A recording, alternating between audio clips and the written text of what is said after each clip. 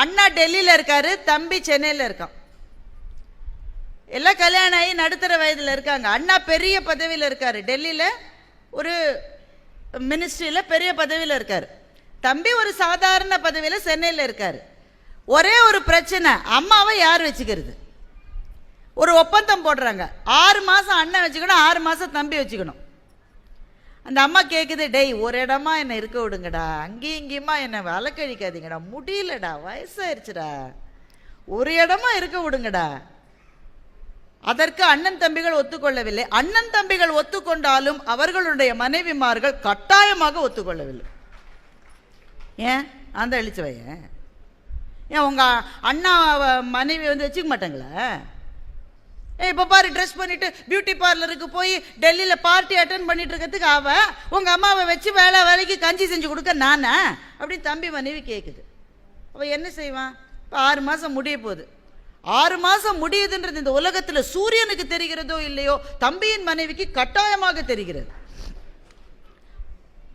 SMS அனுப்பிச்சிட்டிங்களா உங்கள் அண்ணனுக்கு? எதுக்கு? என்ன எதுக்குன்றீங்க? இன்னும் 12 நாளில் முடிய போகுது 6 மாதம். அவர் வராரா, நீங்களே டெல்லி கொண்டு போய் விட்டுட்டு வரீங்களான்னு கேளுங்க முதல்ல. உடனே தம்பி SMS, when are you coming to pick up mother?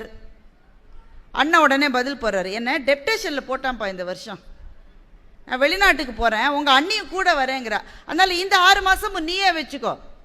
இப்போ தம்பிக்கு பயம், வீட்டுக்கு போக. இந்த வீட்டுக்கு போய் சொன்னால் என்னென்ன நடக்குமோன்னு பயம் தம்பிக்கு. மனைவிட்ட இந்த மாதிரி டெப்டேஷனா, இதையே சொல்கிறாரு உங்கள் அண்ணன். 3ஆவது தடவை இது. அவரை மாத்திரம்தான் டெப்டேஷன் அனுப்புவாங்களா? டெல்லியில் வேறு ஆஃபீஸரே கிடையாதா? இந்த தடவை நான் வச்சுக்க முடியாது என்னால். ஏம்மா அவங்க பாட்டுக்கு இருக்காங்க, அவங்க பாட்டுக்கு இல்லை, அவங்க பாட்டு பாடிக்கிட்டே இருக்காங்க. எந்நேரம் நான் என்ன செஞ்சாலும் தப்பு தப்பு தப்பு தப்புன்னு சொல்லிக்கிட்டே இருக்காங்க. 6 மாதம்தான் தாங்கும் எனக்கு, கொண்டு போய் விட்டுருங்க. உடனே அண்ணாவுக்கு தம்பி ஃபோன் பண்ணுறாரு, இல்லை நான் இந்த தடவை என்னால் வச்சுக்க முடியாது, இதை பாரு எனக்கு டெப்டேஷன் இருக்குது, இந்த ஒரு தடவை நீ வச்சுக்கோ, நான் அப்புறம் 1 வருஷம் வச்சுக்கிறேன், இது நீ 3ஆவது தடவை சொல்கிற, இது நடக்காது. 2 பேரும் ஒரு முடிவுக்கே வர முடியல. அந்த அம்மா சொல்லுது திரும்ப திரும்ப, டேய் ஒரு இடமா வச்சுக்குங்கடா, ஒரு இடமா வச்சுக்குங்கடா, முடியலடான்னு சொல்லிக்கிட்டே இருக்கு. இப்போ தம்பி என்ன பண்ணுறான், அவங்க குடும்ப நண்பர் ஒருத்தர் இருக்கார், அவங்க அப்பாவுக்கு அவர் நண்பர். அந்த நண்பருக்கு தம்பி ஃபோன் பண்ணி, அங்கிள் ரொம்ப பிரச்சனையாக இருக்குது, யார் வச்சுக்கிறது, நீங்கள் கொஞ்சம் ஏதாவது ஒரு முடிவு சொல்லுங்கள். அவர் வர்றார் வீட்டுக்கு, உங்கள் பிரச்சனைக்கு ஒரு முடிவு கிடச்சிருச்சுப்பா. எப்படி கிடச்சிது? அண்ணன் அழைச்சிட்டு போகிறேன் ஒத்துக்கிட்டாரா? அவன் எங்கே ஒத்துக்க போகிறான், வேற ஒரு முடிவு கிடச்சிருக்கு. என்ன முடிவு அங்கிள்? உங்கள் அப்பா உயிரோடு இருந்தப்போ ஒரு ப்ராப்பர்ட்டி லிட்டிகேஷனில் இருந்ததுப்பா, நேற்றுக்கு தான் ஜட்ஜ்மெண்ட் வந்தது, உங்கள் அப்பாவுக்கு அந்த ப்ராப்பர்ட்டி வந்துருச்சு.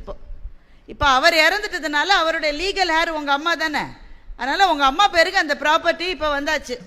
1 கோடி ரூபாப்பா ப்ராப்பர்ட்டியோட விலை. என்ன சொல்கிற? தம்பி உடனே அண்ணாவுக்கு SMS அனுப்பிச்சான், நீ சொல்வதை நான் ஆழமாக யோசித்து பார்த்தேன்,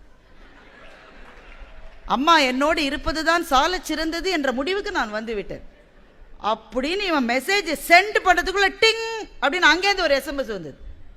நான் யோசிச்சு பார்த்தேன், டெப்டேஷனா பெருசு, பெற்ற தாயல்லவா எல்லாவற்றையும் விட பெரியது, அதனால் நானும் உன்னுடைய அண்ணியும் நேரடியாக நம்முடைய அம்மாவை நானே அழைத்து கொண்டு போவதாக முடிவு செய்து விட்டேன். அநேகமாக மெட்ராஸ்கே டிரான்ஸ்ஃபர் நான் அங்கேயே தான் இருப்பேன்னு நினைக்கிறேன் இனிமே. இப்போ பிரச்சனை அம்மாவை யார் வைத்துக்கொள்ளக்கூடாது என்பதல்ல, அம்மாவை யார் வைத்துக்கொள்வது என்பதற்கு.